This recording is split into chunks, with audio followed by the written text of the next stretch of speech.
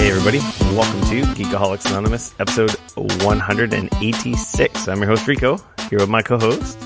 I am recording this show with Ricardo. This is... hey, I'm Dane. I was going to say it's What's like up? my AI podcast co-host. This is the AI podcast host. What is your name? I replaced Dane because he was just too expensive. I thought you were going to say annoying. I was like, oh, that's fair, I guess. You're not annoying, I'm the annoying one. And the idiot. He's just nodding his head. So, welcome everybody. We get together once a week, talk about video games, TV, movies, and or whatever the hell we like. Primarily video games. If you've never been here before, we usually start the show off with some BS, get into our what you've been playing section, the news and stuff, public service announcements, and of course our free-for-all. Free-for-all! I don't really have anything too exciting to report from the weekend. It's getting to Christmas time here. You had one job, dude. One job. One job. What was the one job? To have something to talk about from the weekend. I mean, come on. I have games to talk about, but I don't have any particular stories that I need to share. You can't regale me with tales from Ricardo's exciting life? I finished 2 weeks of overtime. I bought myself a Pixel 3 because I'm an idiot. No, this is all pretty much in line with what I expect from you. Anything else to report? No. Huh. That's about it. I don't have it yet. It doesn't arrive until tomorrow. Oh, of course not.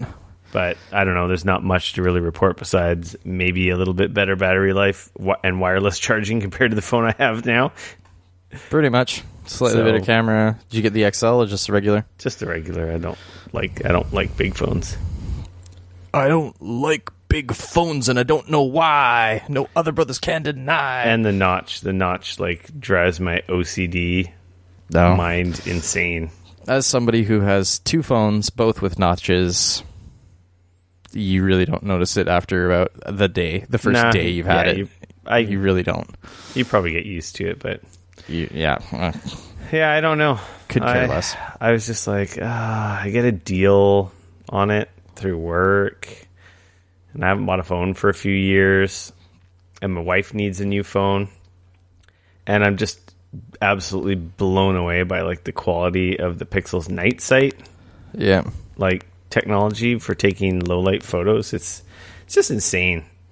Like it's crazy, man. I posted a photo on Instagram and stupid Facebook. Just me and my daughter, and it was like dark out. On any other camera I've ever owned, that photo would have been a grainy mess, and it was like an awesome picture. And everyone's like, "Oh, that's a wicked picture," and commenting and like messaging me and, "How did you take that? What time was that?" and stuff like that. And it's just, and that was the front facing camera on my Pixel 2. Like that's not even like the good camera. That's the front facing camera. Yeah, it's camera like technology's come a long way, man. Yeah, well, in combination with that, just the night sight. I mean, it's stuff a lot more to do with like Pixel's software than anything. Yeah, that's it. It's that software, that night sight AI software that they're using to just enhance the photo. It's amazing. Yeah, it looks really good. So anyway, I'm like, I want a Pixel 3. I want wireless charging. I miss wireless charging. Wireless charging is nice. It drove me nuts. Somebody who has it on both his phones. Yeah, well, I lost really nice. it, right? When I went from my S7, which is an ancient-ass phone, to my Pixel 2, which is a more modern phone. It didn't have it. And I'm like, what the hell? But anyway, I'm going to have it again. I'm so excited. It's nice. You can get wireless chargers everywhere and always have a charged phone. And then I'm going to give my wife your Pixel 2? Pixel 2 because she's running like an iPhone 5 or 5S. She'll be doing the iPhone to Android switch. She's worried about it, but like, let's be honest. What do you do on your phone? You use an email client and you use a browser, and those are pretty much identical experiences. Yeah, as somebody who recently switched, like, I recently moved my work phone to an iPhone from an Android phone. So my personal phone is an Android, but my work phone was also an Android. And my boss was like, "Hey, do you want you're up for a new phone on your line, etc., etc. So I just got the Pixel XR like a week ago, and yeah, I find the iPhone. Yeah, the brand new one. The 10R. Yeah, you said Pixel. Apple. Sorry. Yeah, the iPhone, the XR or the 10R.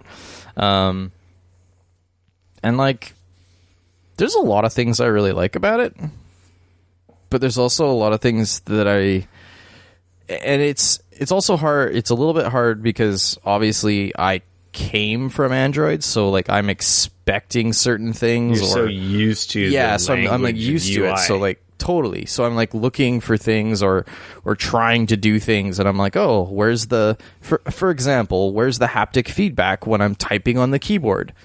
Oh, that just doesn't exist on an iPhone. That's not an option. Where's the back button? Like and part of the like some of it is little things like in my email client, I expect to go back or to send, in a specific spot, and it's like in a different area on the iPhone than it is. Like little things like that, which that's not a big deal. You get used to those things. UI gesture stuff. Yeah, but it's definitely been some of the small things that I would expect.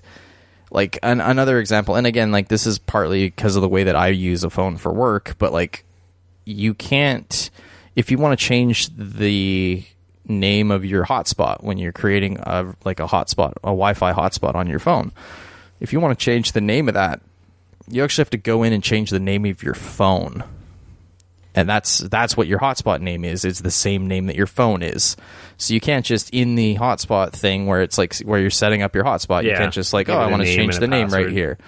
So it's like little things like that aren't really that intuitive. Like if I didn't fucking Google like how the hell do I change the name of my hotspot, I would have just been running around with like iPhone, like everybody else that has an iPhone. It's always been an Apple thing. Like they do some things that are super intuitive.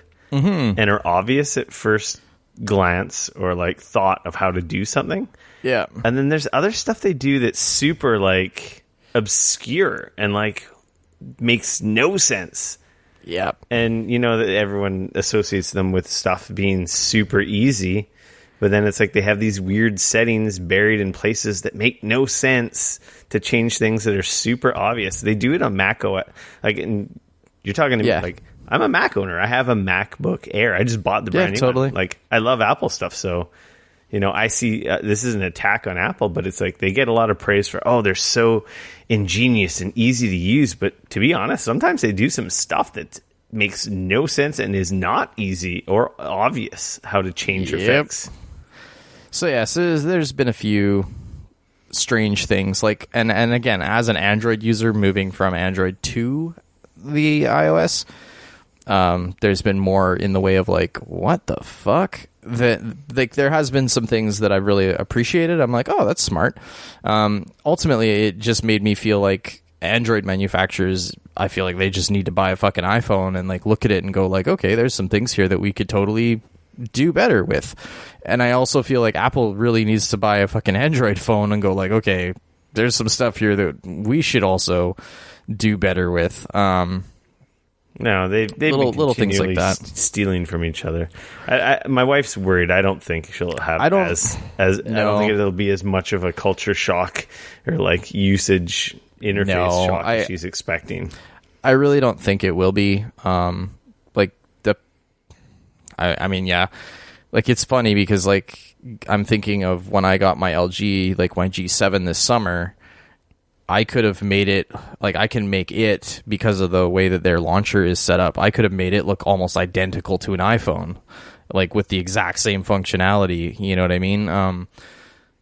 So like really there's going to be a few things that she'll probably go like, what?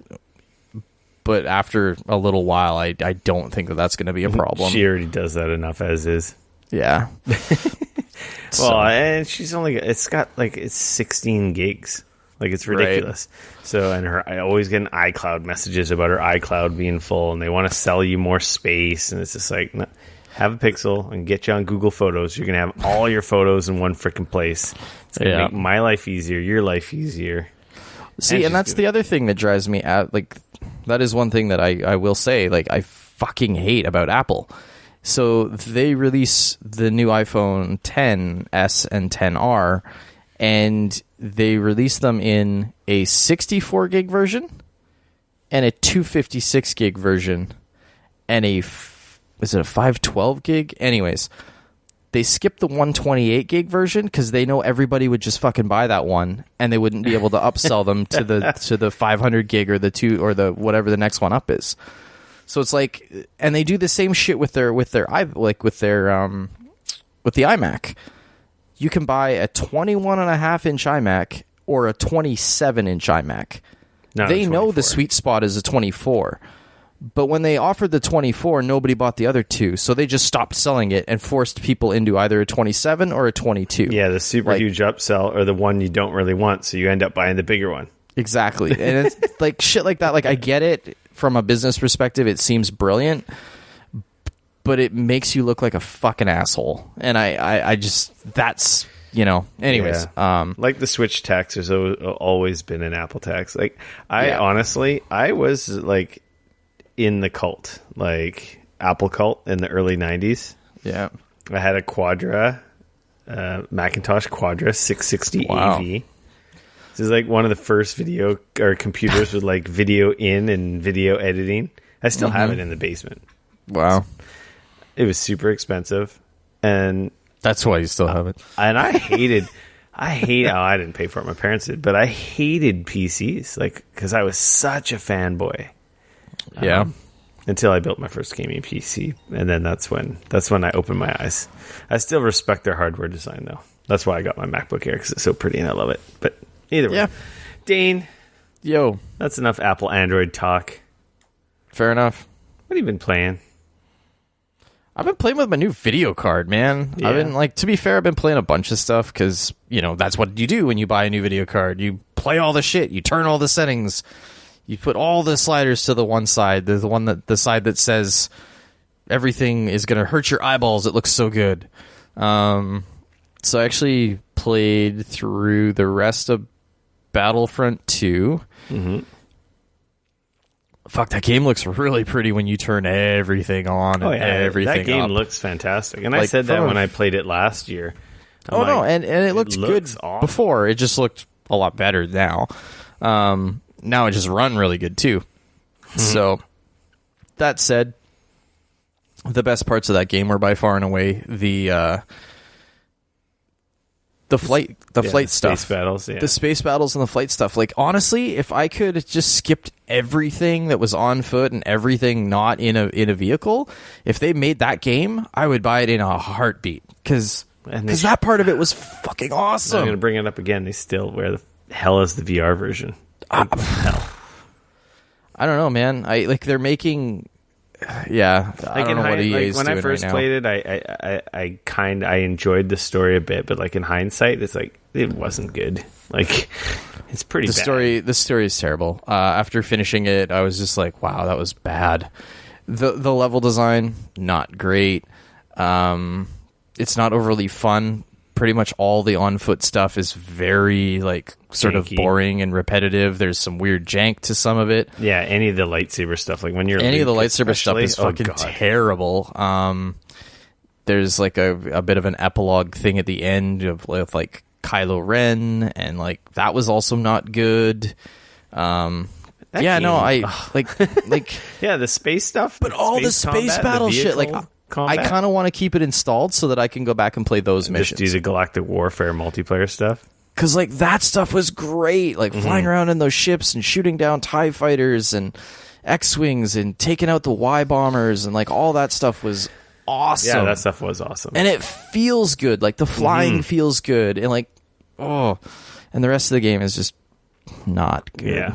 At least from a single player. And then they went and screwed it up even more with the bloody loot boxes. Jesus Christ. Yeah. And to be honest, I haven't actually played any multiplayer since the beta, so I'll probably keep it installed and just try to see if it's playable for me or not.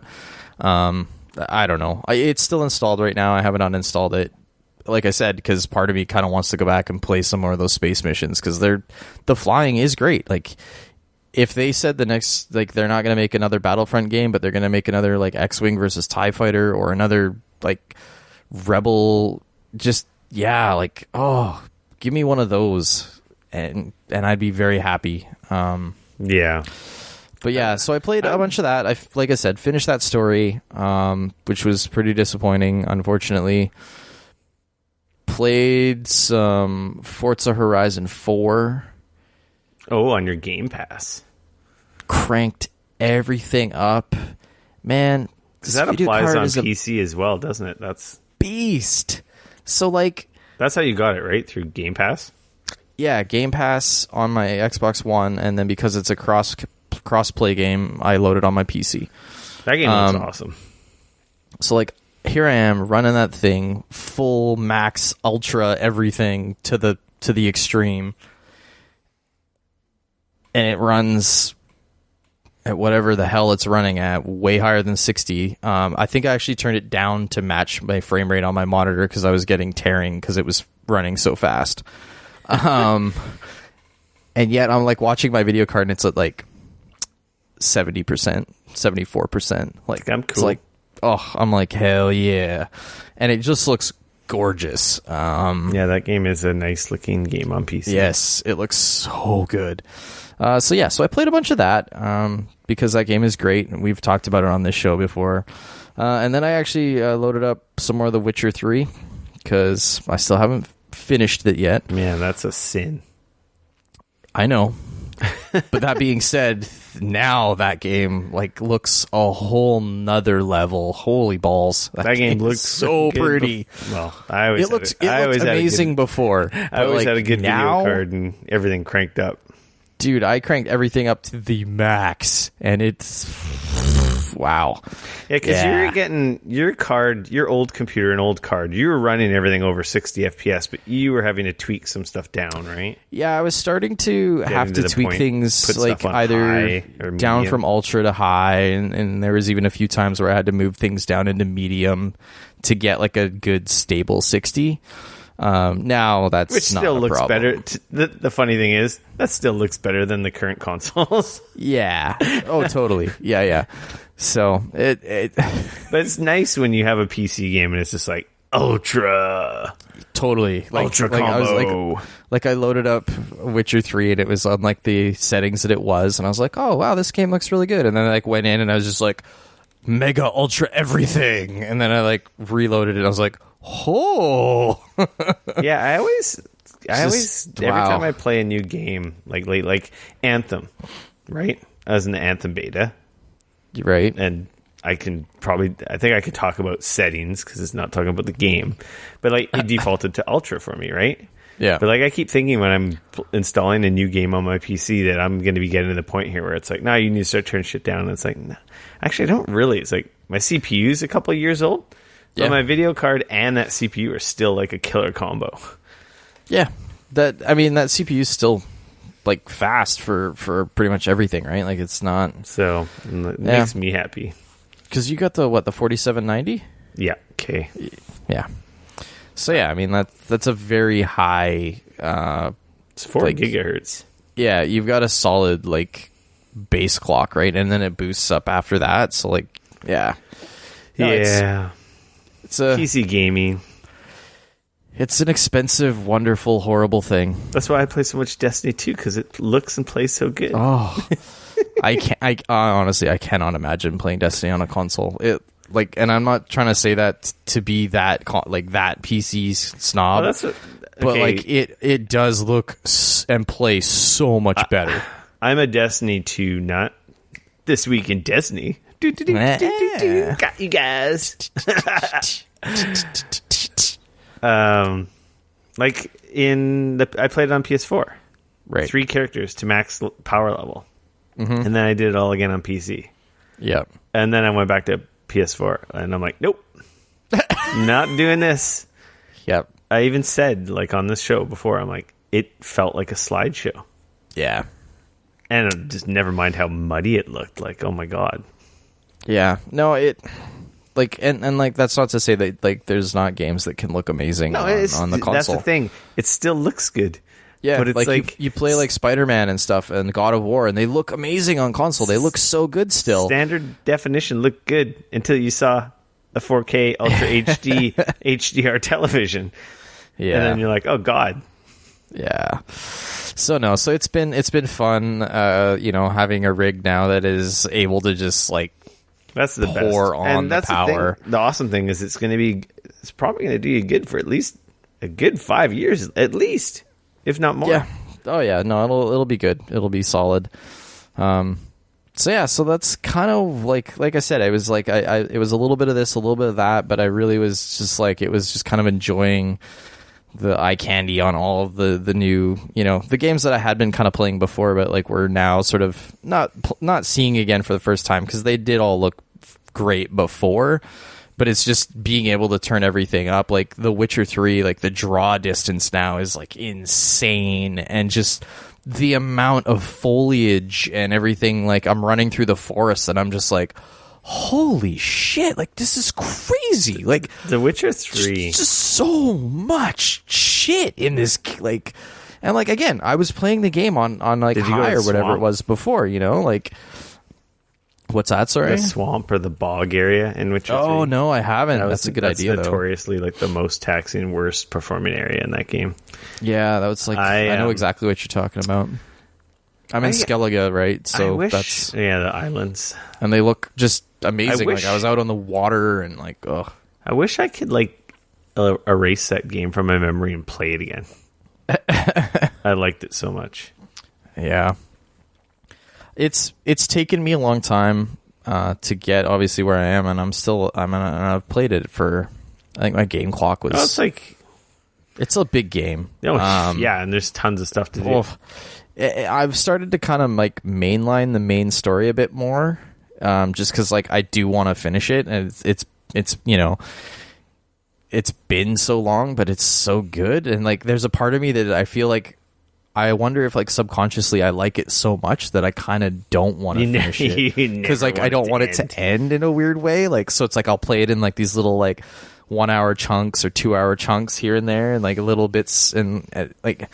It's like it's not the best way to play that game, because the best way to play that game is totally just to sit down and like I don't have anything to do today, and just I'm gonna play it all day. It's kind of funny that you mentioned that. Like that's I think why games in general, endings in like so many games are just disappointing.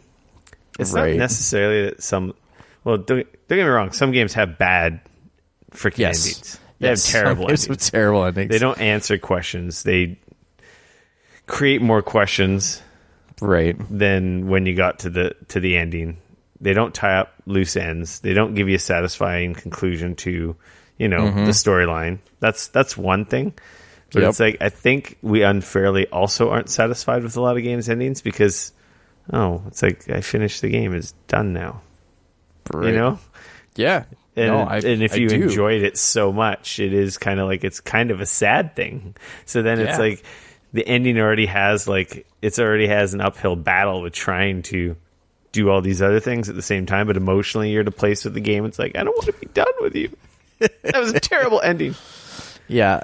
No, I just finished a quest line, and it was all about like with him and Yennefer, and they're like, trying to figure out what they have is real or not. And then like that was all kind of like awesome, and I was just like, fuck, this is great.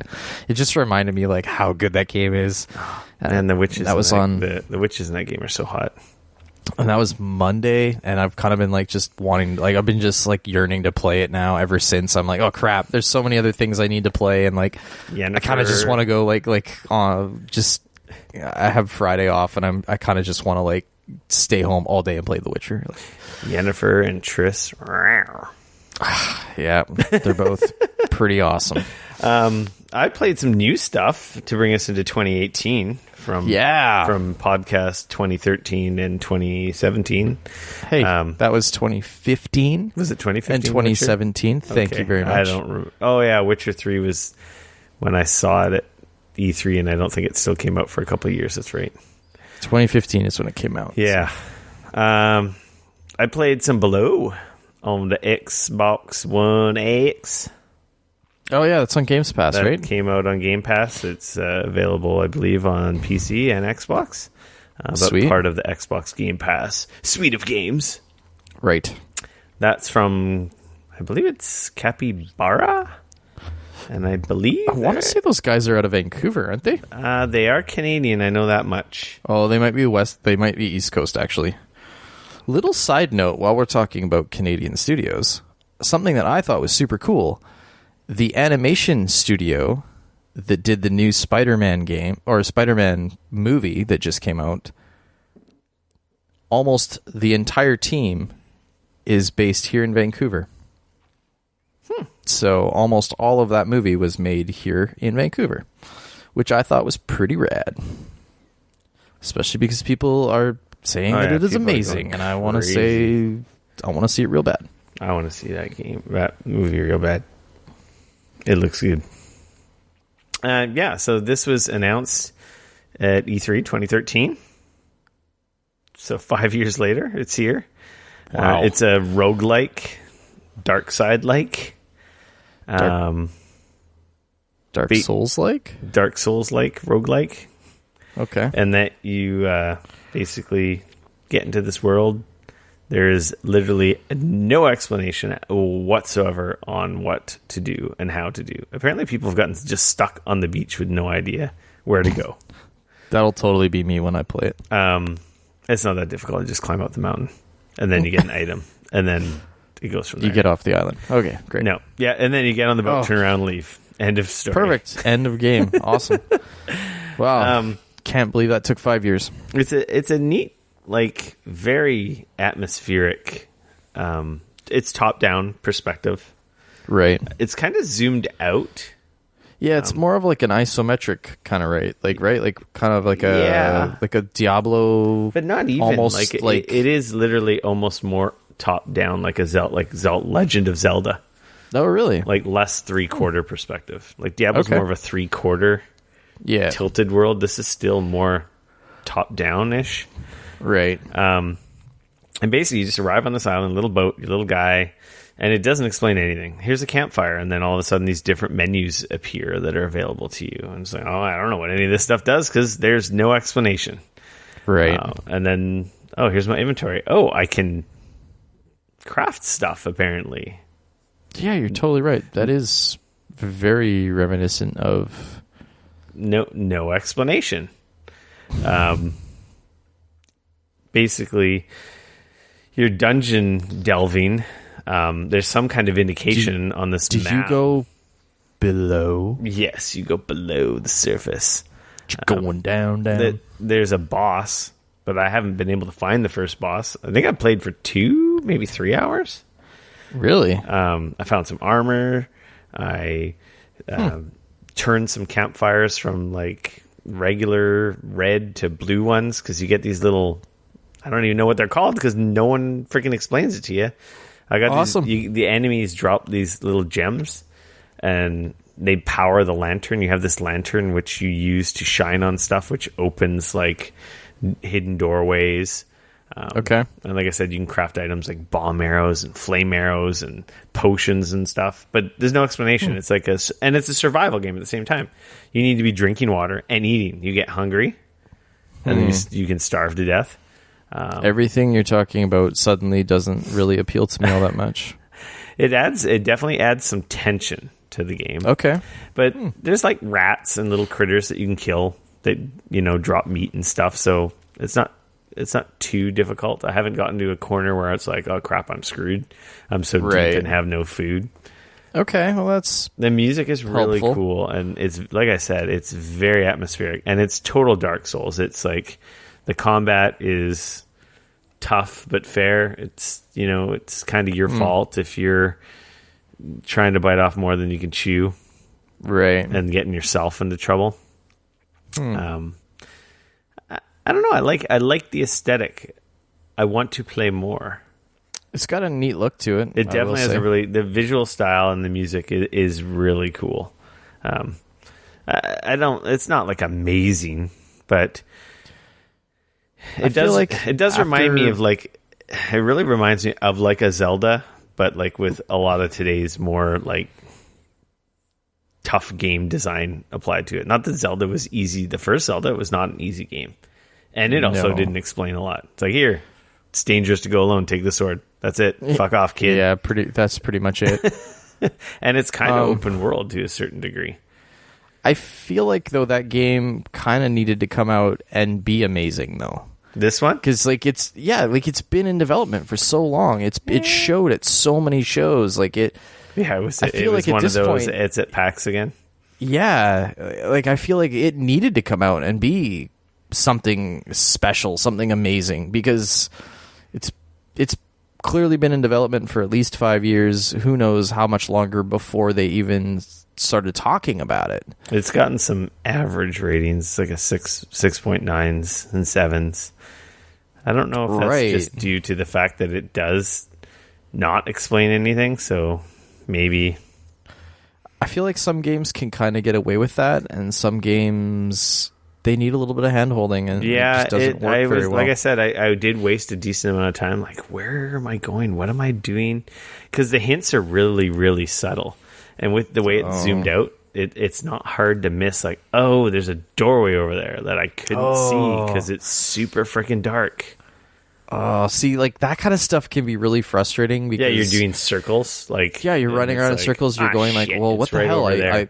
I hit a dead end, and like, why can't I go anywhere? Like, where am I supposed to go? And then you end up backtracking, and then you end up going back, and then finally you're like, fuck it. So then you look it up or whatever online, and you're like, oh, really? There's a fucking door there? And sure enough, you go back to that room, and it's there, and you're just like, But you didn't, because see, some of the hints, the environmental hints, are very subtle in this game. Right. But I think it's okay. I don't think it's amazing. Like, I do want to play more. Right. That's cool. So I am. It's definitely got me intrigued. I'm very interested to, seeing as it is on Game Pass. I'm kind of curious to download it. That's part of the reason I played it, right? Like, give it a check. And then the other thing I played was the Mutant Year Zero. To be honest, I really didn't play a lot of this. I think I played the first mission and a half. Okay. It's a very super stylish kind of. It's an XCOM 2 XCOM style game. Like, it's a turn-based strategy game. Yeah. Less grid-like, but going from cover. No, it is grid. When you move, it goes super grid.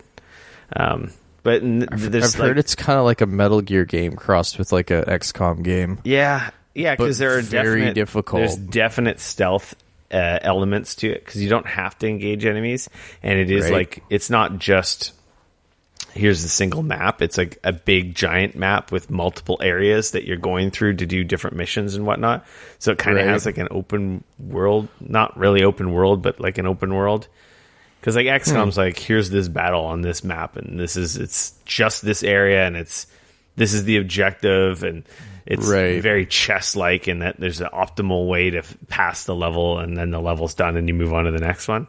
Whereas this is kind of like it's a world, and like I had to sneak by these high-level enemies, and it's like, well, clearly when I get better weapons at a higher level, you will come back, and take those guys out, and then be able to go do like a new area. It's got a very gritty look to it. Yeah, man, it's that whole like post-apocalyptic thing, right? But yeah, it seems neat. I don't know if I'll go back to it. And I did play a decent amount of XCOM, the first XCOM that came out. Yep. Because I got sucked into it because of the sci-fi, and I like turn-based strategy games. Like, how many Fire Emblems have I played? All of them. Like I like those games. Yeah, pretty much all of them. But they're also the type of game that I really have to be in the mood for. Yeah, you got to be in the right mood. I've heard this one's interesting too because like you kind of like there's a very like it can be very very difficult, but just the way that they use the stealth is kind of like you want to use the stealth to kind of like wear guys down before you kind of take on like a group almost, if that makes sense. Like the enemies have, and if you don't, like it can very quickly go badly for you. The enemies have like vision cones. You play like you start the game with this boar guy and his duck buddy. Right. Ducks, like Boorman. I can't remember their names. Something like that. It's interesting. It's neat. It seems like I believe it's on PC as well. It is a super PC game. Yeah, it looks like it if you look at it. But it has a neat, gritty visual style. It's super unique. I feel like it's based on something. Yeah, it's based on a tabletop RPG. Yeah, so that makes sense. Yep. Absolutely makes sense. Yeah, it's cool. I can see it's a quality game from what I played. But I'm just, the only thing is I'm not really in the mood for that kind of game right now. Yeah, that's fair. It's super unique character design and whatnot, so it totally makes sense, though, the type of game it is if it's based off a tabletop RPG. Yeah. It sounds like they've done from what I understand, like the people that are into that game, it sounds like they did a pretty good service of making that tabletop RPG into a video game. It definitely has some pretty decent ratings. It's been getting 9s. Yeah. But that's so cool. If you're like into those XCOM 2, what other type of games are like that? Mario Rabbids Kingdom or whatever. Yeah, Mario versus Rabbids Kingdom Battle. Yeah, that's kind of a light version of those. I mean, one could argue Final Fantasy Tactics. Yeah, if that's your only like thing you've played that can relate to that type of in my opinion, is the original. Well, not the original. Oh, the tactics game. The tactics games are so good. Yeah, we haven't got a Final Fantasy Tactics 2 for like PS4 or whatever yet. We get like a million games from Square, and it's like, where the hell are the tactics games? Like, what the hell? I know they made those 2. It's like Konami and mediocre ones with that came out on the the DS and the Game Boy Advance. It's like Konami not making Castlevania or Metroidvania. It's like, what the hell are you guys doing? Like, that's all anyone wants. And like Capcom finally getting their act together and releasing a new Mega Man, regardless of what, some people don't like Mega Man 11. I thought Mega Man 11 is pretty cool. Is it an homage to the old Mega Man games with just, they do add some mechanics that some people debate whether it changes the Mega Man series, but I think Mega Man 11 is great. I loved it, and I'm looking forward to a 12, 13, 14. So I'm glad that they revisited that franchise finally after so many years. But it's like, come on, Konami, where's my new Castlevanias? Yeah. Where's my Final Fantasy Tactics? These are like licenses to print. Those franchises are kind of like, should be the FIFAs for those companies and the NHL. Like, it makes it, does it not? Like, I'm sure, you'll always have I feel like if they did, or they tried to release a new tactics game on a regular basis, I would probably be very sick of them. Yeah, But the fact that they haven't released like a proper sequel to Tactics, like we got Final Fantasy Tactics Advance 1 and 2, and they were, but the thing is like both of those were these weird the DS games. I still like them. Games, like they were fine, but compared to the original, they were very lackluster. Mainly because the original story was fucking dark and amazing. They had the gameplay. The gameplay was fun. Because they were cartridge based and on, technically weaker systems than the PS1, they did lack in some. No, the story was terrible. You got sucked into a weird portal and you ended up in a weird world and you're running around in some sort of a competition. They didn't have the capacity for the music and the cutscenes and all that extra stuff. It was just straight up tactics. Yeah. Whereas like that original game, it's so good. Bad translations. Go play Final Fantasy Tactics. Fuck, so good. It is good. And so, still my favorite Final Fantasy game. Me and you who have played those games lots, after playing 3 or 4 versions, we might get some fatigue.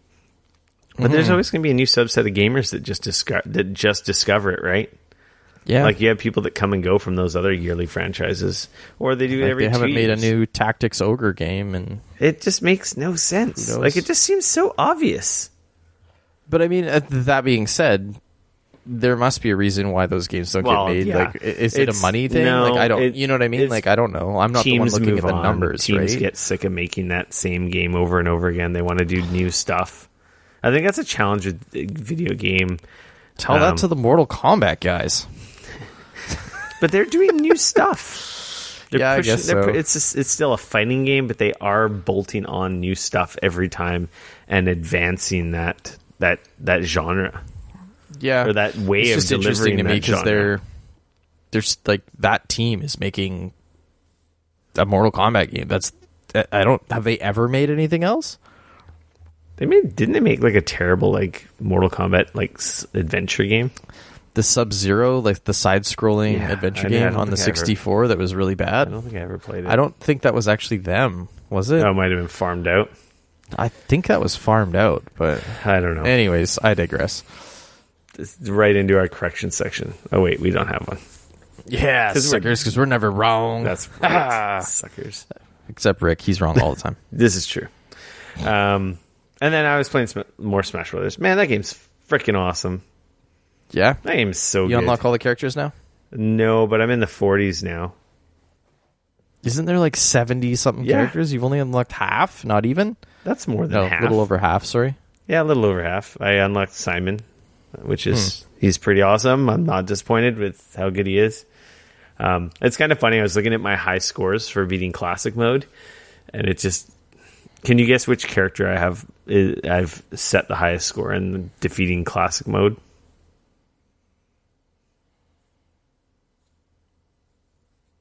Pikachu. No. Oh. Close. Ryu from Street Fighter. Oh, okay. And I'm like, that's so like me. I'm like, that makes sense. It is kind of amusing that you, But yeah, are playing Smash Brothers as a Street Fighter character. I talked about Classic mode last week.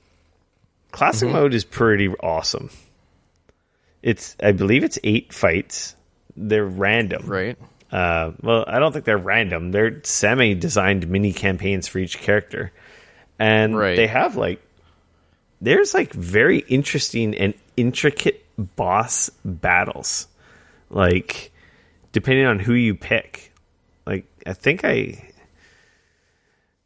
mentioned last week that you fight Rathalos from Monster Hunter. Was that when I beat it with Ryu?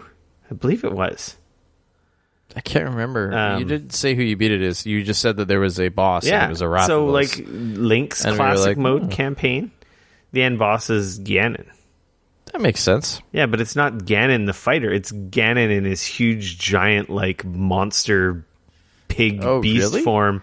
And he's he fills the entire screen. He's as if you were to stack. He's like the master hand, but he's... Yeah. Not? No, he's like a giant, fully realized boss battle. And it's different mechanics. You actually can't damage him unless you attack his tail. So you have to oh, that's kind of cool. You have to dodge and get behind him. At first I was like, I can't damage him. And I'm like, I'm going to use my bow. Maybe I have to use the light arrows from the bow. Right. Because that's how you defeat him in some of the games, right? Yeah. And it's no, he had specific weak points. I just beat it with Inkling yesterday, and they have some crazy multi-stage boss. It must be from Splatoon 2, because I don't recognize the boss from Splatoon. I never beat Splatoon 2. Right, but you played through the first one, right? I beat the first one. Which, right. if you remember that, I said that game had... as much as the single player you could beat or whatever. Yeah, well, it has a campaign, and it has one of the best end boss fights in the game, and I believe I said that when I played it back on the Wii U. I should really beat Splatoon 2, because I imagine that's where this boss came from. But it's a really intricate, multi-stage boss fight as well. They have a giant boss a health bar that appears at the top of the screen, and some of the characters, it's just the master hand. Like Mario is the master hand. I think Martha or Lucina was Master Hand. But I've had 3 or 4 classic modes end with these insanely awesome boss battles. And that's really cool. And even some of the stage stuff is varied up with who you fight or some of the mechanics. Like I said, with when you play classic mode with Ryu, it's not your classic Smash mode in that you're getting their damage mode up, or their damage percentage higher, so that you can launch them off the stage. Of course, you could win with smashing them off the stage, which is classic Smash Brothers. Mm-hmm. But a win condition when you're playing as Ryu, and I assume it would be the same when I unlock Ken and play through his classic mode, is the characters just have HP.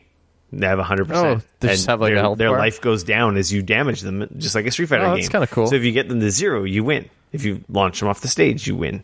So, interesting. So like that's kind of neat. that classic mode for Ryu, like I said, it's different. So it's just neat little flourishes like that. I discovered. I've been playing more of the World of Light mode, which some people complain about. I think it's fine. It's not amazing because it's lacking in like the cool cutscenes and stuff. Right. But if you don't like that mode, classic mode. The classic mode is pretty much exactly what you want. Yeah, it's pretty fantastic. It's not too long. It's like the perfect length. And then usually when you beat it, every time you beat it, you get a new character. Like a new challenger approaches. And I don't know if it's time gated or what kind of randomness, or if you beat it with a certain character, it always ends up with this character challenging you that you can eventually unlock. Right. And then there's a whole... But that's another way to unlock more characters, Yeah, right? like you can... Yeah. Some people go into like classic mode and they do the suicide thing and then they kill the game and they relaunch it, and that's just boring. Like, I don't want to do that for 3 hours. Like, the fun part is playing these varied campaigns in classic mode and like earning them. I'm like really on the fence with Smash Brothers. I just love it. I might pick it up.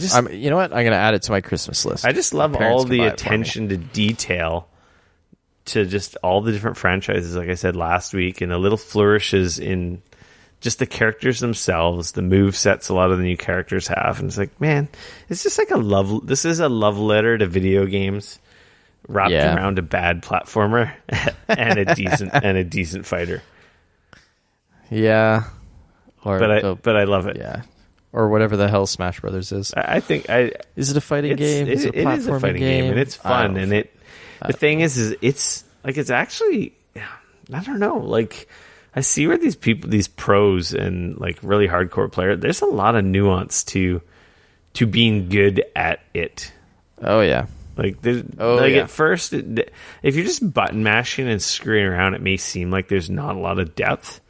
But there's a lot of depth in systems, like parrying, dodging, throws, and all your specials, and of course Final with smashes, the movement, and controlling like just your movement and distance for closing gaps on enemies and stuff, and strategically, juggling enemies off a stage. Like, there's a lot of skill in that. Like, the skill ceiling is amazingly high, I would say. It doesn't seem like it, but it really is. Yeah, I can see that. I mean, there's a lot going on. Anyway. Plus, not only that, like, if you get up into because you can do like 8-player Smash or whatever too, right? So now you've got more players on the screen. You're not just fighting one-on-one. I wasn't really excited for it. Like, have I even like really, besides playing it at PAX and saying, yeah, it's cool, and at E3, I don't think I overly came out as being super pumped for this game. And it's like, no, I mean, I think you're excited. I was excited. Everybody, but not, like, I don't know, like with God of War, you played through the whole like Wii U and everything, Smash before this. So, like, I don't know. I feel like I don't feel like I was super like, oh my god, I can't wait. Like with Spider-Man and Destiny 2, like I wore my excitement for those games on my sleeve. Oh, for sure. It's like, yeah, new Smash is coming. That's awesome. But it's like, now it's here. It's like, this game is awesome. And I should have been. I feel like in a weird way with Smash, I feel like they kind of overplayed their hand a little bit before the game came out. Like, they talked so much about it. Yeah, because there's so much to talk about. There's so much stuff in it. Right. I kind of feel like they showed a lot of that game before it came out, to the point where I was kind of like, yeah, okay, it's another Smash game. There's more characters. That's great. Okay, when it finally comes out, would somebody want to, like, wake me up and, tell me when that game finally comes? Like, I don't know. It was weird. Like, the last, like, big hour-long Nintendo Direct that they did, like, this is, like, the new Smash Direct. This is going to be the last one. And I was like, yeah, well, you fucking showed the rest of the game. Why don't you show... Sure, why don't we just... Like, I don't know. To me, it felt like they kind of showed a little... I didn't feel like they held much back. like there wasn't much of a surprise when the game finally came out. But yeah, that's how and some people love that with all the Smash Brothers. Like every little detail has everyone like. Yeah, I don't know, but no, that's good. I'm hearing really, really good things about it. I do want to pick it up. It's like the fastest selling game in the series, apparently. Yeah, it's sold a lot already, like over 3 million copies. Which I don't think a lot of people expected. I think a lot of people are like, oh, it's just Smash. It's going to sell to the Smash fans. But I think it's kind of because of the success. There's a lot of people. The success of the Switch has, I think, expanded the success of this game. Not only that, but if you look at all the previous Nintendo platforms and what are the top selling games are, Smash is almost always right near the top ever since the 64. Yeah, so it's not surprising at all. No. I love it. Dean? Yo! With that being said, let's get into our news and stuff. The news! Let's talk about the news. Remember when we talked about Blizzard killing the Heroes of the Storm esports last week? Yeah. I think that literally happened the day we recorded. Yeah, we talked about it on this show. We did talk about it. And I said, man, Blizzard saying that they're going to kill the esports is kind of like them saying we're just going to sort of let this slowly die on the vine. And now there's a lot of people coming out freaking out about it because Blizzard essentially has said like, hey, we're going to walk away from the esports now. There wasn't exactly a lot of time for reaction last week. No. Or like decompression from like what they did and how like kind of they did it uneventfully they did it or ungracefully they did it. So a lot of people have come out. This is a story on Kotaku. Read the show note links if you want to read the full story on this. But basically, a bunch of people came out of the woodwork, from players to casters and so forth, and saying how like it was literally like radio silence for a couple months since BlizzCon. Well, I guess BlizzCon was only a month ago. Yeah, I guess BlizzCon, they were all like, we're finalizing details. We're working on stuff. Yeah. And I didn't really think about it in that, okay, whatever. Here's the Storm is done. And it's like, I guess some people were making a living doing that. So, like, theoretically, they didn't lay off Blizzard employees, but they kind of laid off like a bunch of teams and players and casters and production people, and that, I didn't really think about that. That's why I bring this story up. It's like at first, right. like whatever. We all knew Heroes is a great. I think it's a great game. Whether it deserves a giant successful esports scene, that's to be said. That I don't care either way. But it's like I just didn't. I never even thought of the fact that like them doing that really affected that many people. But it's like hundreds of people coming to the work being really angry, some people being thankful for the opportunities they had. Some of the highlights, I mean, I feel this one to me feels a little bit weird because like on one hand, they're freaking out, people are saying like, oh, the teams and the production, like let's be honest, the production people, they're gonna move on to something else. They'll be totally fine. Like all of that end of things, whatever. Like obviously this was a good gig for them or whatever. They'll move on to other things. The casters, not, that's fair. Like I realize that casting one game doesn't mean that you can cast every game. There's definitely a skill set that you acquire, and you learn the game and you learn the players and so on and so forth. That's kind of what makes you a good caster. But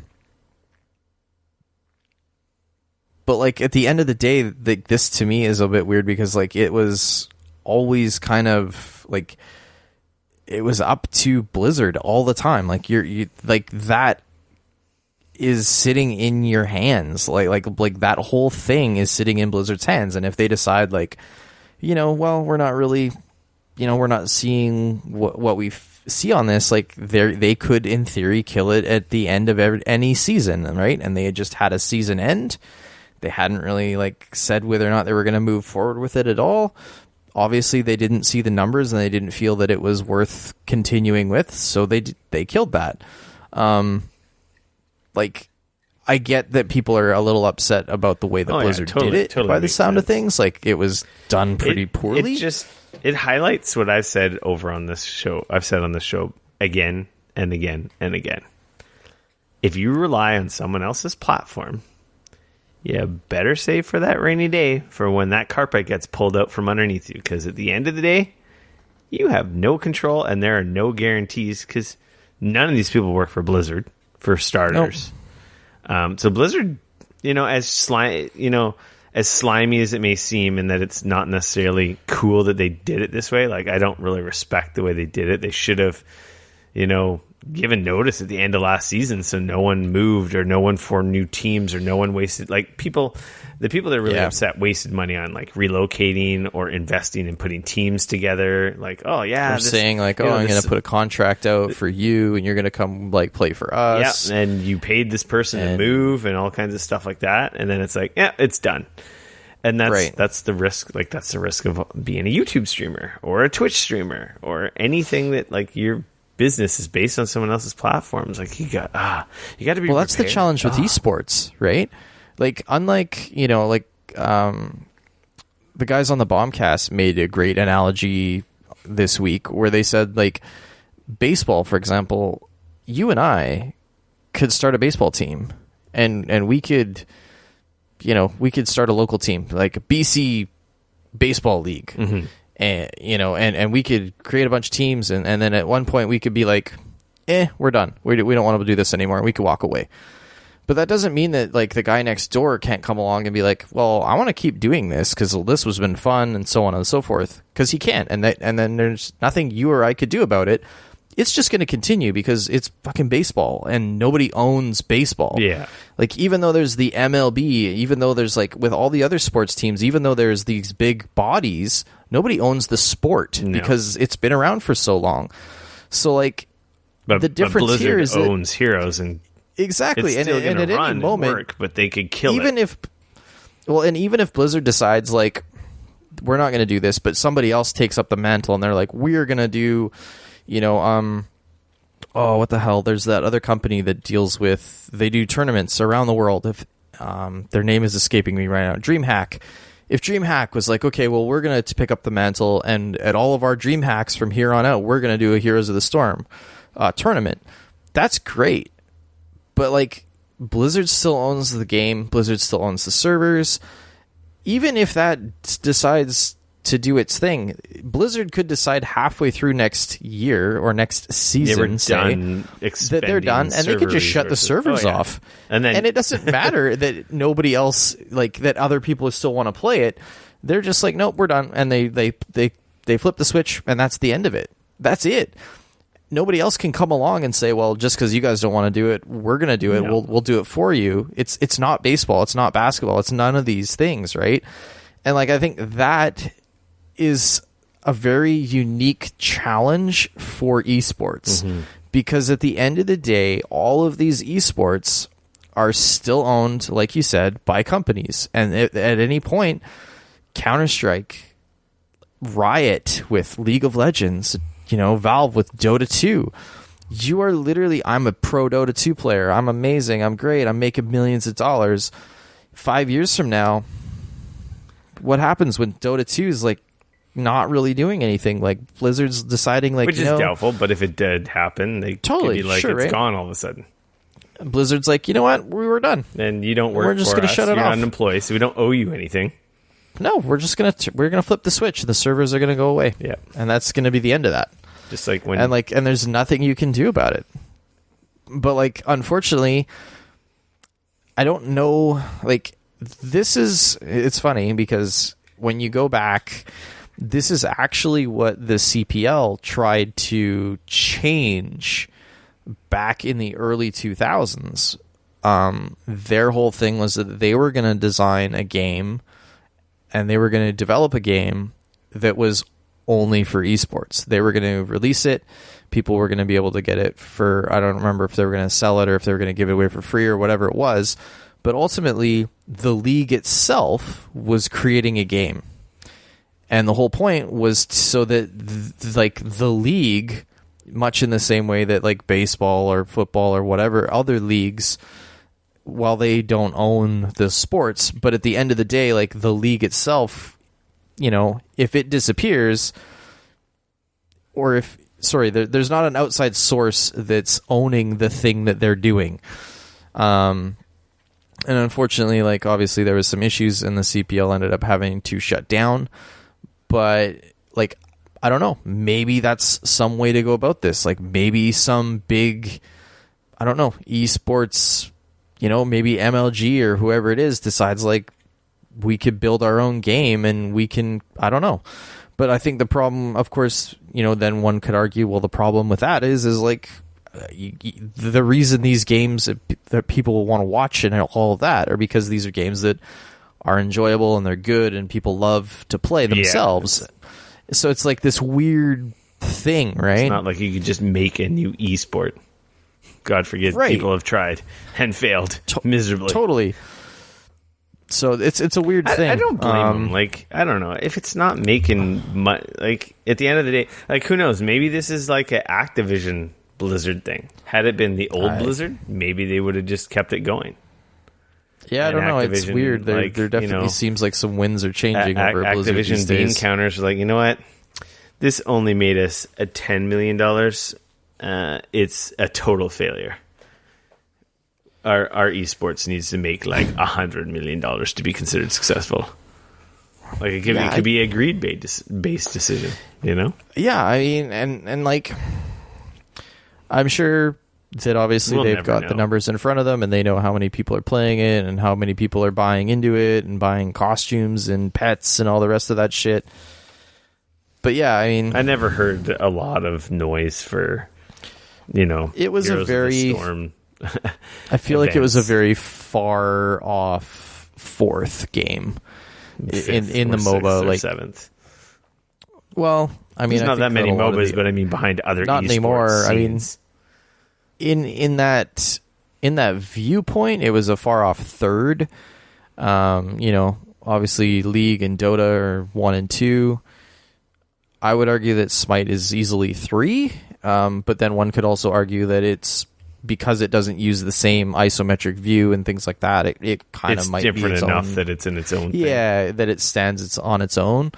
That being said, it essentially is the same style of gameplay as that. Whereas, like Heroes of the Storm, it's just, I don't know. Like, I liked to kind of think of Heroes of the Storm as it was the enjoyable MOBA that people that weren't insanely hardcore about MOBAs could sit down and enjoy, and it didn't feel like you had to play thousands and thousands of hours to stay relevant there was in it. Depth there, but it wasn't to the levels of League or Dota, and it also, a long match was 20 minutes, so it wasn't so frustrating if you lost, because it was so quick to play. You could play like 3 games essentially in one of Hearth or Heroes of the Storm in the time it would take you to play a Dota game. Totally. Though Dota and League, I think, have done things to speed up match time, because that is a big complaint. But either way, yeah, it's shitty. But that's one of the things. See, if it ain't your product, you got to be worried or concerned that one day it can be just like poof, gone. Totally. And you got to save for those. And that, to be honest, that doesn't just apply to freaking video games or pro esports. That applies to everything. You got to save for those rainy days, man. This world we live in, stuff can be gone overnight. Oh, yeah. Excuse me for 1 second. You're excused. Maybe. I just had like a big cough come on there. Sorry. Our next story. In the race to beat Steam, Discord just made a huge move. Now, Discord, if you are unaware, is PC-centric and mobile-centric. I think it might be on like every platform: Mac, Windows, iOS, Android. It's basically a chat program. They launched a store earlier this year. They launched a Discord like subscription program that gets you games every month, as well as you can purchase stuff from their store. Right. Obviously, Epic was a big topic of discussion last week with them pushing their store pretty hardcore. And it's like, hey, we're the friendly good guy developer guys. We're going to give you 80-20 split because you're so rad and we like you and you're the best. We love you. You mean 88-12? 88-12. That's what I meant to say exactly. I was like, there's a little more than 80-20. And then Discord's like, oh, yeah? Well, we're going to do a 90-10 split because we're even more awesomer than Epic and all your Fortnite money. Screw you guys. So what I'm hearing is there's now a race to the bottom. I like Discord. I think Discord's a fantastic app. We love it. We have our Discord channel. Absolutely. I use it for all my multiplayer chats. And we have openly invited you guys to join our Discord. Links in the show notes. If you want to chat, come hang out with us there. It's the best way to directly chat with me or Dane. Like, we constantly, every couple days, once in a while, we have some topics going on in there about random stuff or deals, or being really jealous about freaking Cheeks getting that $90 price error on the VR bundle. Yeah, that was pretty rad. Man, I was playing stupid Destiny and missed that tweet. By the time I got to it, it's like sold out. I don't need another VR headset, but for $90, I would have bought another VR headset. There you go. Like, you can't be everywhere, Rick. No, you can't. Now that this doesn't help your FOMO, does it?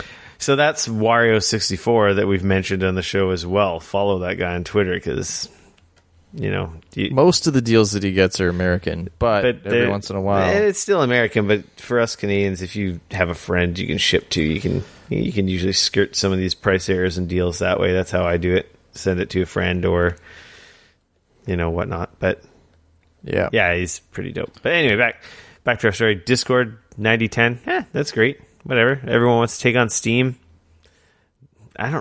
Hopefully this isn't like a move that Discord is banking on making them successful, because I have heard discussion as like, how does Discord make any money? Like, I know they have their subscriptions, but to be honest, I don't know a single person who pays for like Discord Nitro or whatever their subscription program is.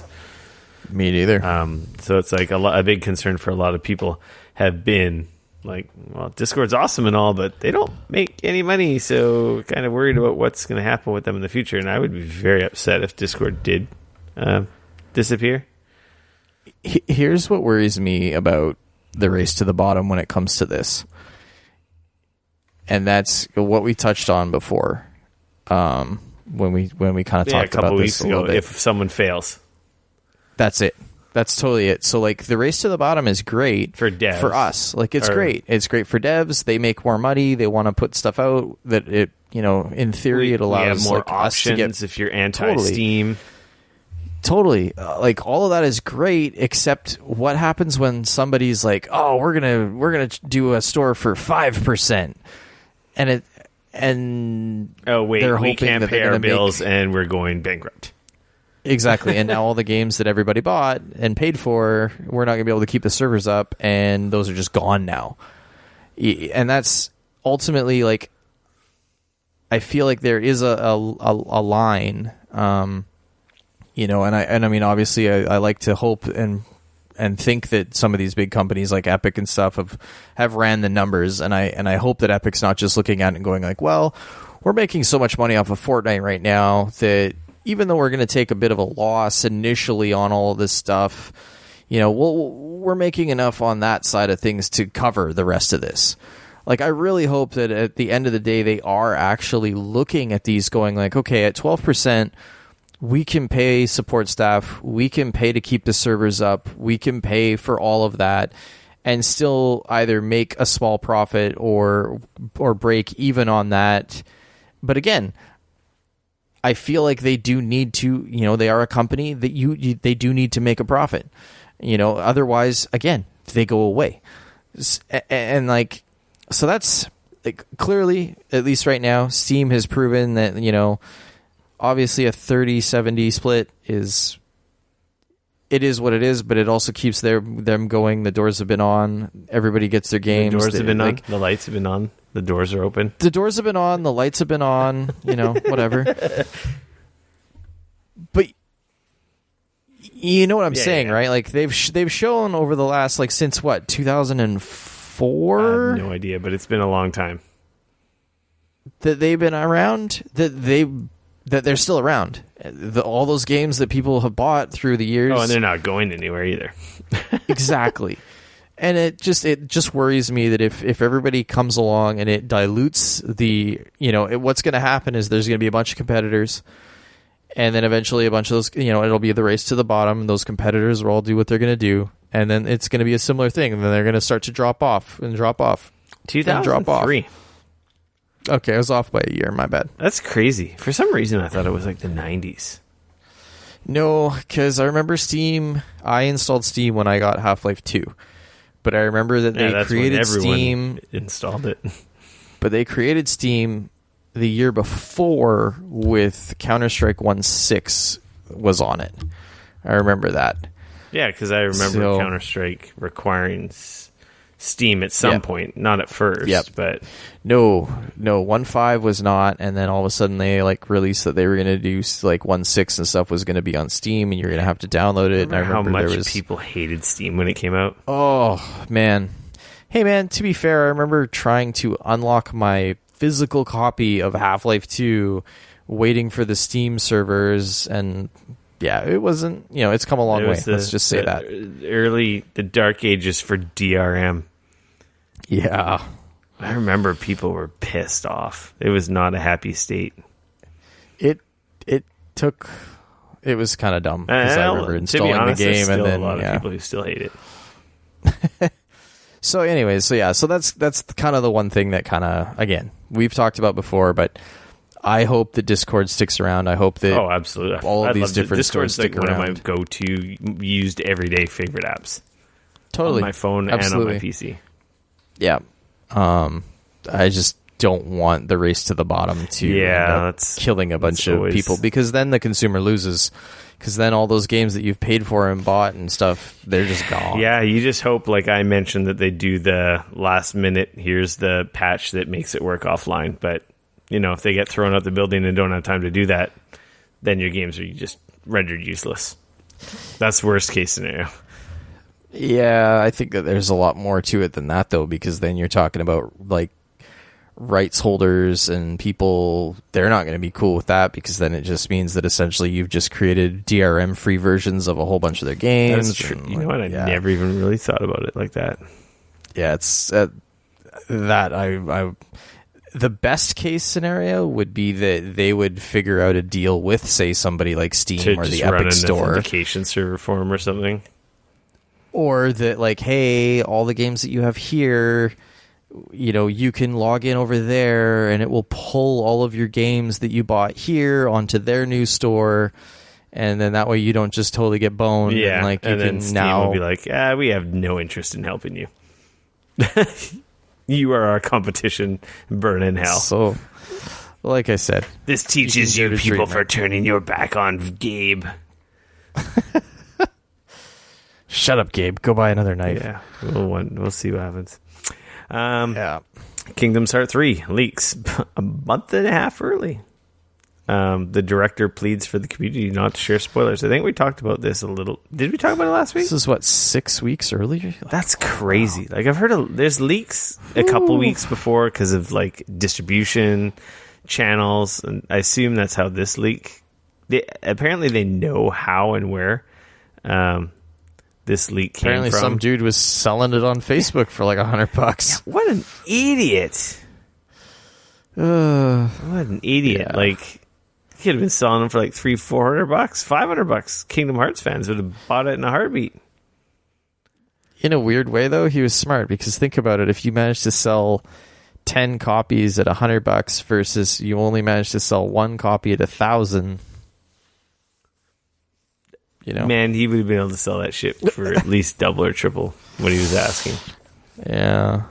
Anyway, it's just crazy. So there's a lot of spoilers apparently out there. Apparently, the intro has spoilers. So you really, if you're a Kingdom Hearts fan, you might want to mute some Kingdom Hearts 3 keywords in your timelines and your social media apps so you don't trip over a spoiler. Huh. I wonder what's going to happen. Obviously, there might be some follow up to this.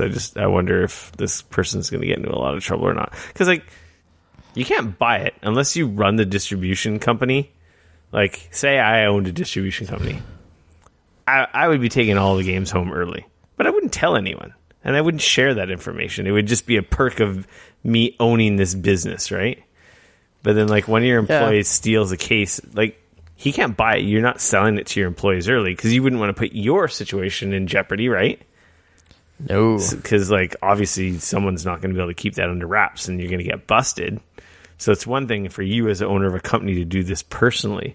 But for, like, one of your employees, like, he can't buy it. So clearly they've gone into your stock and they've stolen it, right?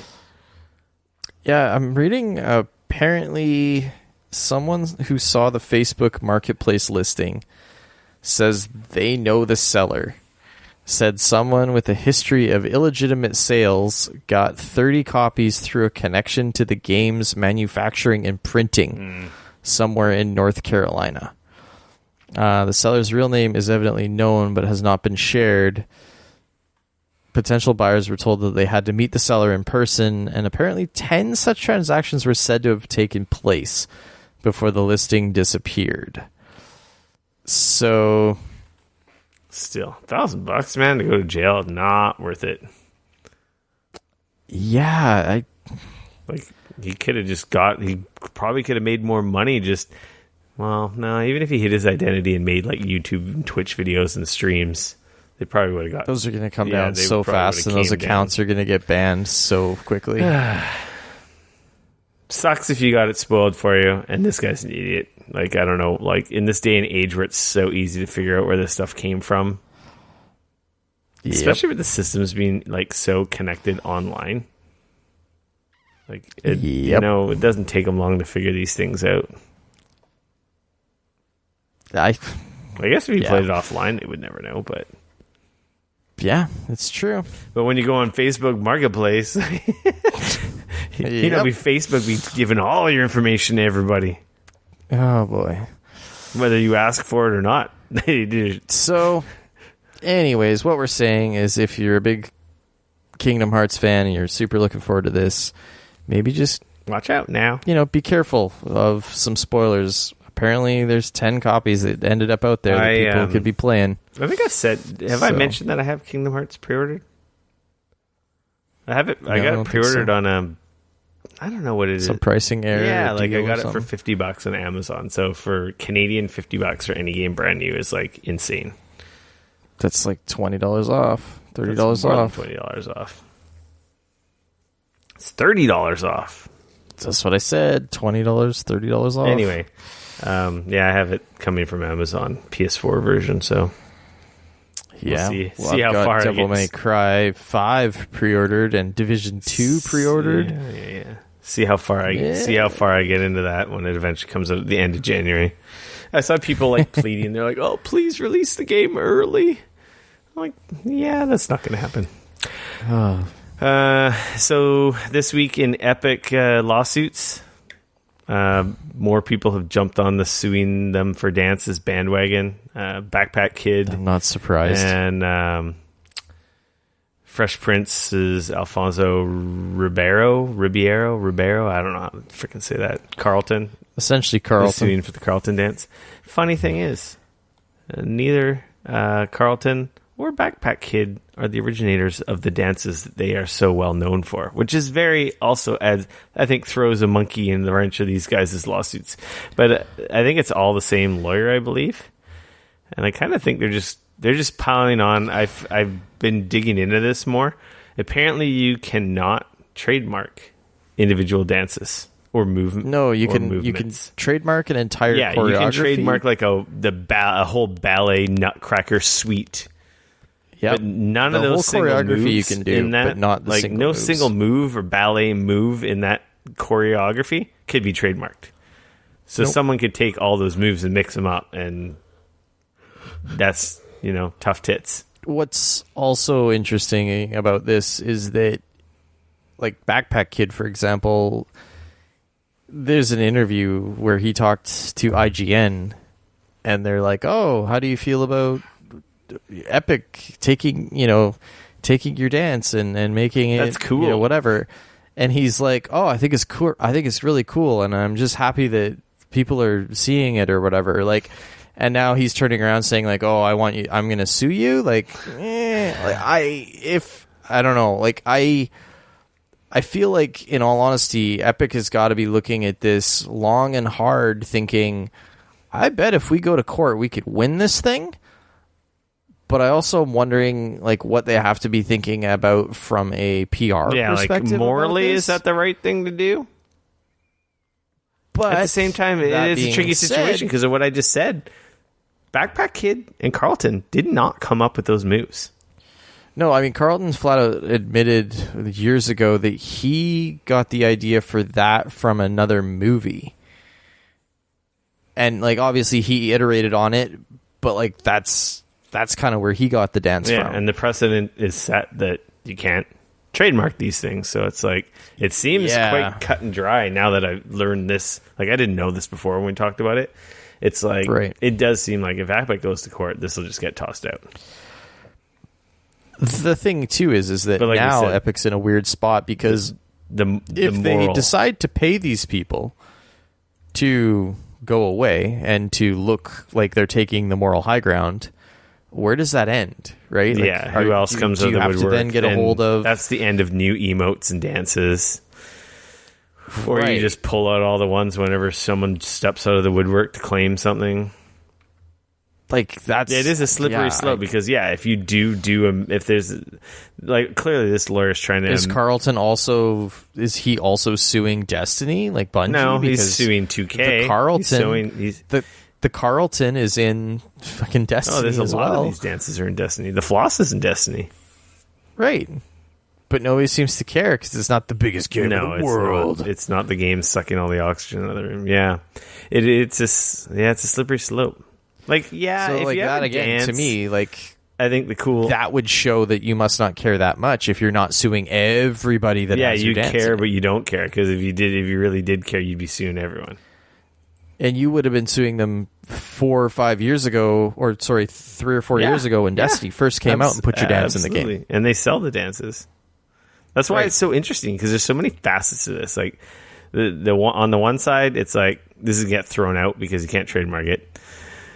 At the same time, it's like as a game designer, they have been aping these things, and it's kind of like it's kind of icky. Right? It's kind of not icky. Yep. It's kind of because you sell it. Like if they were free and they were just unlocks, that's a different story.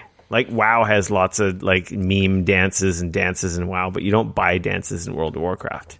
Well, World of Warcraft is like unlocks. World of Warcraft is one of the earliest examples of having like popular dances in a video game. Mm-hmm. Like a lot of the different races and classes do different dances depending on male or female race and class, and they've all been popular dances throughout time. Like, I think the Napoleon Dynamite dance, one of the characters in WoW does that. Yeah. Well, back when WoW came out, that was really popular, so that makes sense. So it's like, but they never charged for those. That was just one of those, like, neat things, right? But it's very interesting. Like, morally, you're kind of like, give Carlton his kick. But then, like you said, we'll pay you, and then when does it stop? When does it stop? Exactly. So I think, to be honest, I think they're going to take it to court. They're going to take it the whole way, and it'll probably get thrown out. And probably it'll get thrown out, and probably what they'll do on just to not be total. I don't know. It's tough because they've also been super good. Hey, we're good guy Epic over here, giving all the big cuts for the devs and giving devs back paying devs money, because we're the good guys. Yeah. So it's like at the same time, it's like, oh well, that doesn't play into good guy Epic role. No. So this is what I'm saying. But by trying to be the good guy, you kind of screw yourself for down the road, because everybody will come out of the fucking woodwork for everything now. Like I don't know. I'm deleting this. We'll be keeping an eye on it. Very curious as to what ends up happening with it. I had a story here about Fallout 76, but I don't want to talk about it, so fuck that game. It's a bad game. Don't play Moving along. The NES Classic and Super NES Classic are no longer in production. So the ones you see out there during the holiday season now, I don't think I've seen one recently. I saw them both a couple weeks ago at Walmart. I think if you haven't already gotten one of these, I think the ship has sailed and you're going to be resorting to resellers, because Nintendo has said they're done. But who knows? It could change down the road again if demand is high enough. That who knows? They sold like Yeah. They sold like double-digit millions of these. Yeah, it's kind of ridiculous. It's ridiculous. I mean, to be fair, I love my Super NES Classic. Oh, yeah, the cost, though, right? I don't really care that much to own the NES Classic. No, I have it. But, like, the Super NES has what I wanted on it, and that's what I care about. So the Super Nintendo Classic is the best. Yes. It's the best retro system. Don't bother with the PlayStation Classic. The nostalgia, the nostalgia is the best. The era of games and quality of games is the best. Yeah, those games hold up though. And those games that's the thing, right? hold up. That system's awesome. Like even more so than the NES. Though the NES does have a special place in my heart, and I do have my NES Classic. Totally. But to be honest, I don't think I've even played it. I think I just have it in my display shelf with a bunch of Mario amiibos like jumping on it. There's a fancy what? Nothing. There's a fancy Kingdom Hearts 3 limited edition console that was, I think it was revealed at E3. I think you can pre-order it now. It's a GameStop exclusive. I'm not a huge fan of the design, but hey, all right. Let's take a look. That's available. Oh, that looks classy as hell. What are you talking about? That looks cool. You think so? I like it. I really like it. It's like you could have that in your shelf, and people might not like the controller. I'm not the hugest fan of. No, but the console PS4, itself, I think, looks really cool. I will say the PS4 limited edition controllers are terrible. The Xbox does a much better job of limited edition controllers. I also like the fact that this is a PS4 Pro, which is cool. Yeah, I think. That being said, the best one has still been the Spider-Man one. So Spider-Man was pretty good. The Monster Hunter one was pretty awesome. Oh, I really did actually like the Destiny one that was white because that looks really sharp. The Monster Hunter World one is really cool. And they all suck compared to my 500 million limited edition version one. That one's okay. That one's pretty cool. I still think the Spider-Man one's better. I like it because it's hard to get. That's what she said. Apparently, did you see the story about PS4 players release rare total player accounts due to some social media data that was tied to a PlayStation email? Yeah, so I got this email. I don't think I got this email. Yep, that was the PS4 what was the name? It was my something in my PS4 Life. Was it kind of like and it essentially looks review kind of thing? That's totally what it is. You put in your name, you go to the website, you put in your name, and it shows you what your most played game is, what game you have, what the trophies are, etc., etc. It's just like a whole it's really neat. I didn't put my name in, but I did watch a few of the videos, and apparently what started happening was that there was some of the trophies that would show percentage of rarity. For example, you were one of only 33,764 players who earned this game out of this many people. And so it'll say and on PlayStation it's revealed that 8.3% of all players got this trophy. So you can kind of look at how many trophies there were and 8.3% and blah blah blah. You can kind of figure that out. So one of these websites that literally the GameStat, which is that's their job, they started figuring out based upon trophy data. So this is going to be a little bit old and not entirely 100% guaranteed, because there's going to be people that bought games that didn't necessarily play them or even maybe get a trophy, that people have been able to get this information. But it's definitely the closest that we've, like you said, kind of become. And according to this method, at the time of publication, the 10 most popular games on PS4 were starting from number 10, The Last of Us Remastered at 15.9 million, Fortnite at 16.2 million for Europe and Australia. So I don't believe that includes the North America region or the Asian region. FIFA 15 at 19.2 million. Rocket League at 22.6 million, which, when you think about the fact that it was a PlayStation Plus free game for a month, actually makes a lot of sense. Call of Duty World War II, 24.6 million. Impressive for a year. Yeah. Minecraft, 25.6 million.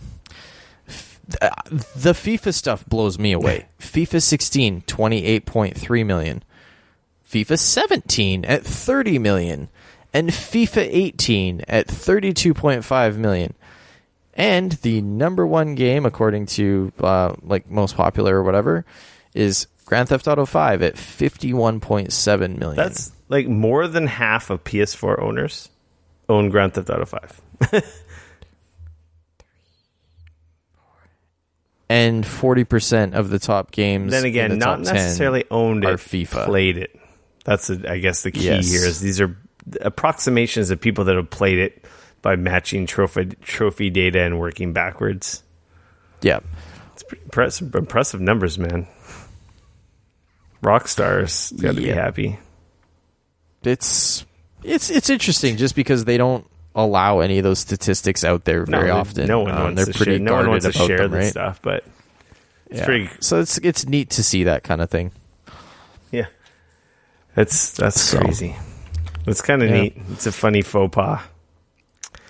Remember Dreams? Yeah, that's the thing that is apparently still coming out. Yeah, the beta apparently. Good old Media Molecule. If you signed up for their newsletter, I believe the beta launched today. That's the time we were recording this. Okay. There's apparently a FAQ. If you go to the story link, more details on specific data, information about the beta and registration and stuff. I have not registered. That's cool. That game looks interesting.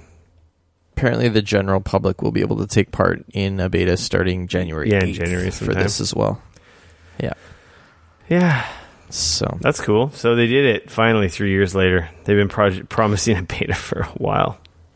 So apparently this is going to be a beta of the creators mode demo, which will focus solely on the creation aspects of the game. Yeah, the creation tools, which are supposed Of course, for Dreams itself, it still remains undated. At this point, I'm pretty sure that game's got to come out next year.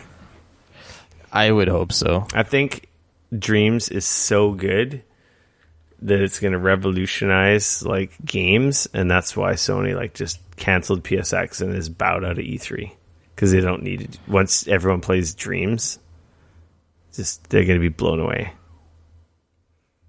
The look on your face, and I'm absolutely kidding. If I could, I'd reach across and mute your mic, but I can't. So I won't. I wish them all the best, but I honestly don't have a lot of. We'll see. I will reserve judgment, though I've kind of judged it just now. I mean, that being said, Media Molecule's made some really fantastic games in the past. They absolutely have. So, yeah. I think that's it for news. Moving along to our public service announcements. I did mention it last week. I'm out of order here. Subnautica is free on the Epic Game Store right now. So go get your game's copy. awesome. That game's excellent. Hell yeah. So if you're on PC, install the Epic Game Store and get your copy of Subnautica. You don't even have to install it. You just need to create an Epic Games account and log on and add it to your You should install it and try it. store. It's a cool game. It's a cool survival game. Yeah. And then also just some news for people who've been testing out the Google's Project Stream. At the end of that program's beta trial in January or something like that, if you were registered and tried it out, apparently you will get a key to continue playing Assassin's Creed Odyssey through Uplay on PC. So that's for our US friends. Unfortunately, I don't know. Unfortunately, we're not cool enough. I've been reading about people trying to cheat the system with a VPN, but I don't think any VPN's fast enough for the app to actually launch and let you actually play it. So, that would. Well, anyway, if any of you guys in the US tried the service and don't want your Odyssey key, feel free to share it with your friend Rico here, and then I could play the PC version and beat that before Dane beats it on PS4. I don't think I'd have enough time to honestly play that game again, but I would like to see it on PC. I'm sure it's very pretty. I would like to play it on PC as well, but yeah. Oh well, it is what it is. That's it. That's cool. That's awesome. So if you bothered to attempt to try that free copy of a AAA game, that's pretty dope. Heck yeah! This brings us to our free for all show, and getting close to the tail end here of our last episode for the holidays and the new year. Oh yeah, we should probably mention we are probably going to skip next week. Yeah, I was going to get to that in our house cleaning, but that's fine. Yeah. I'm just letting people a little bit of warming them up for the disappointment. Yeah, exactly. For the coal in their stocking that we're going to deliver. Yeah, seeing as it's going to be Boxing Day, Rick's going to be all like crazy doing Boxing Day sales and probably things like not. that. I already bought everything. Oh, by then he'll have money burning a hole in his pocket. All my Christmas money, I'll buy some useless, unnecessary stuff I really don't need. That sounds exactly like you. What are you talking about? So yeah, free for all. Dane, you watched the new Harry Potter movie? Well, Potterverse movie. I did. We're a little bit late to this party. Or I should say, I'm a little late to this party. I completely forgot about this movie. Yeah, Fantastic Beasts and Where to Find Them, Crimes of Grindelwald. My wife and I went and saw it last weekend, and if you were a fan of the first movie, I feel like you will very much like the second one. I enjoyed the first one. I wasn't like, oh my god, really this is amazing, but it was a good movie. I love that universe. I really do.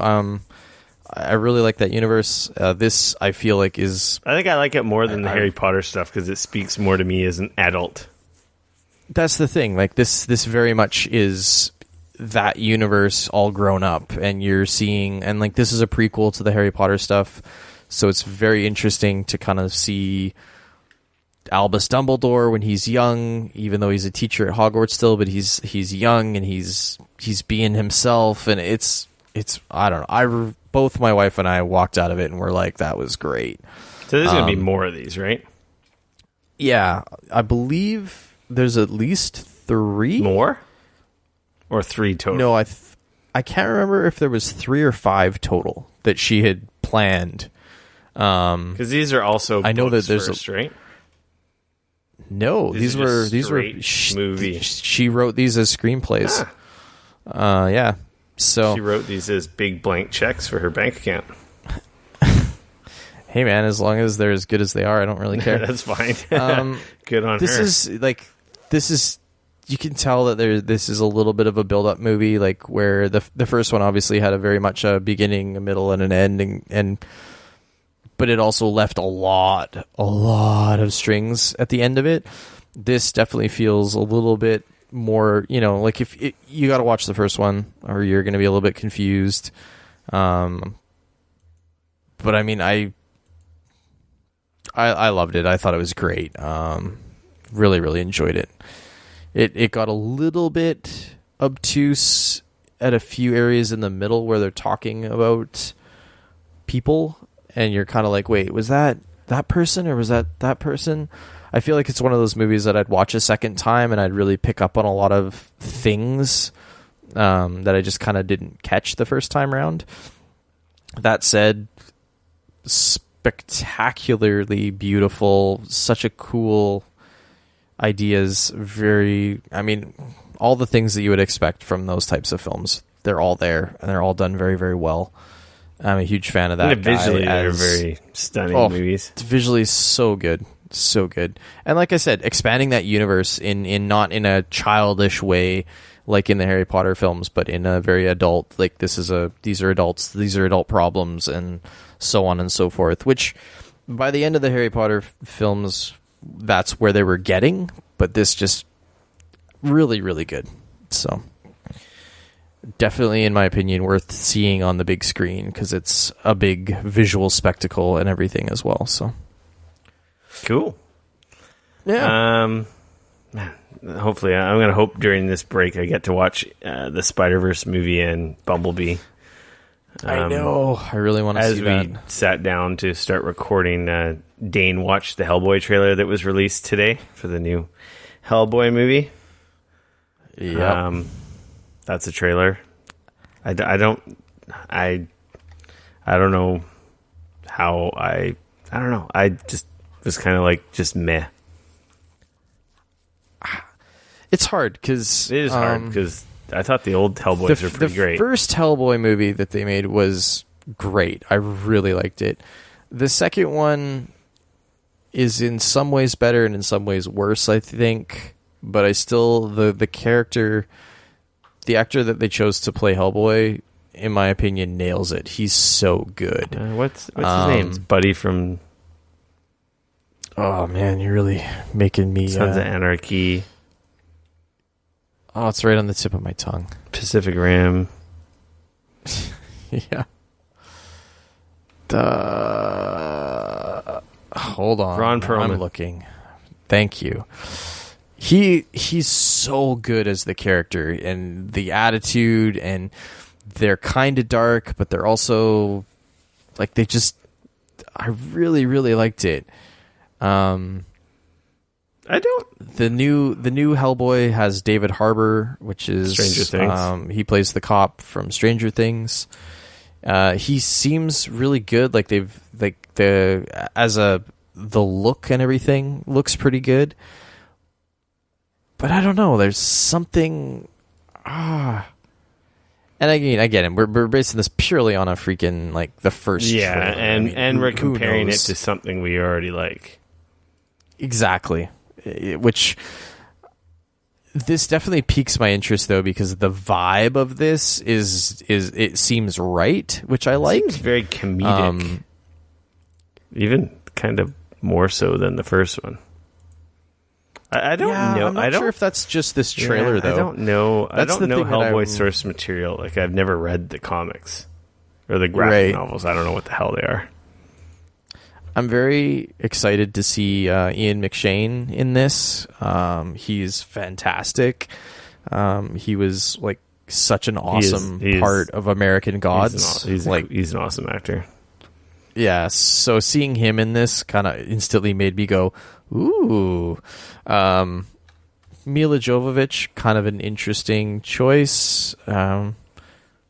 She could be so good. She could also be terrible. So I don't know. It'll be interesting. I'm excited to see more. Yeah, that first movie though with Del Toro. So I'm reading comments here on the YouTube video. Dude, do you know nothing? No, this is a very high upvoted comment, and the person is saying that don't judge the movie on this trailer, and that the director has said that the movie will be more akin to the horror elements of the comic. Yeah, and that the trailers are usually the director has nothing to do with the trailer; it's all marketing. So he's saying, like, keep that in mind, that you may not like the cut of this trailer, and it's a completely different arm of the movie production that has made this trailer, and the tone will clearly be different than the final product. So they're just reminding you that, and that's, you know what, that's very true. But yeah, fair enough. So like I said, it'll be interesting. That said, hey, we're getting a new Hellboy movie, which is Hellboy, like, you're the comics guy, like, I'm not going to even pretend. Is Hellboy like a popular, or just a cult classic, or like a well-regarded comic? Like I really don't know. Like, I know obviously it must be popular enough to garnish 2 movies and a reimagination or reboot of the franchise. You have to remember, like anything, when it comes to popular culture, something might not necessarily be that popular. It's just it might get a movie, and something. It suddenly goes from a niche comic book to it, a full. I mean, one could say the same thing about, say, for example, Judge Dredd. Not super popular comic book, but managed good enough concept for multiple movies. There you go, or at least a movie that was not a good movie, but put it into the public eye to at least get people out there interested in it, and so on and so forth. Made the franchise more popular as a result. Yeah, I like the first one. I like the second movie too. Did you see that one? The second movie is amazing. The first movie is so bad. It's so good.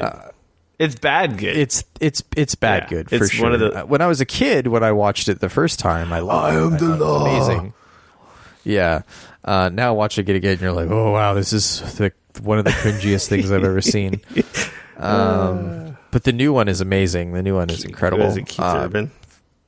Yes, it's so good. So Hellboy is one of those things where like it's a popular comic. It has a following, I think, is the thing. Like you're not going to see it on top of like newsstands. It's not blowing the doors off of numbers, but it does like it does numbers every month that keep it alive. It's if got you know what I its mean. fan Like base. so it's got exactly.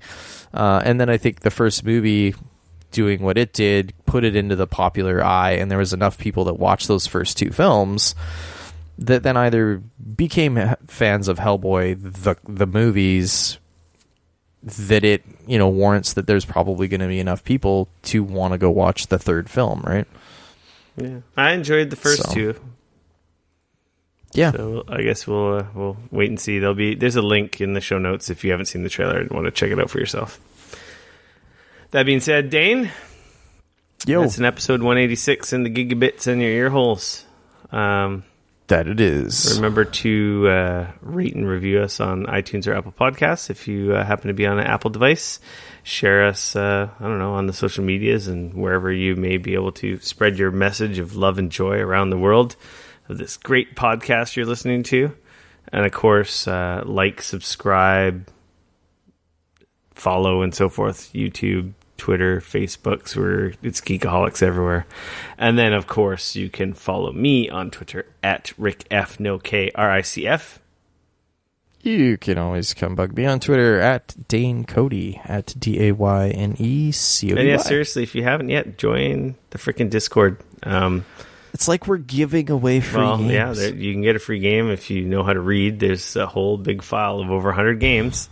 But there's also, that's where we're hanging out. That's where I'm doing more of my social media interaction, because in my opinion, it's more meaningful and fun to chat with all my friends and listeners, and you're all my friends, and hang out as opposed to just wasting time on Twitter and Facebook. Like I said episodes ago, I've been really dialing back my onlineness, just because, man, social media is terrible. I wouldn't. It's that real love-hate relationship. Anyway, but Rick's like, this week he's like, no, it's terrible. Awesome. Next week he'll be like, hanging out with your friends. It's meaningful connections. Until a couple years from now, when I'll end up hating it as well. But that's where we hang out and have lots of fun. So yeah, everyone have a very merry, safe Christmas. Enjoy your family and friends. Eat lots of turkey. Yeah, eat lots. Be merry. Be present. I'm terrible at being present. Like, I record the show and I'm not even really here right now. I'm playing Destiny right now, somehow grinding it, and you guys don't even know. If there was a way that you could, you probably would. But yeah, like, just take a chill pill. Enjoy. If you've got time off, enjoy it. Be present and enjoy the moment. It's all about friends and family. And yeah, I hope everyone has an excellent holiday and an excellent new year. And obviously, like we mentioned, we will be taking next week off. So we will see you in the new year with a fresh new episode. Boo, then we can talk about all our wonderful gifts that we... I will miss you all greatly. Yes. That's it. We're out. Later. Peace. Merry Christmas. Ho, ho, ho.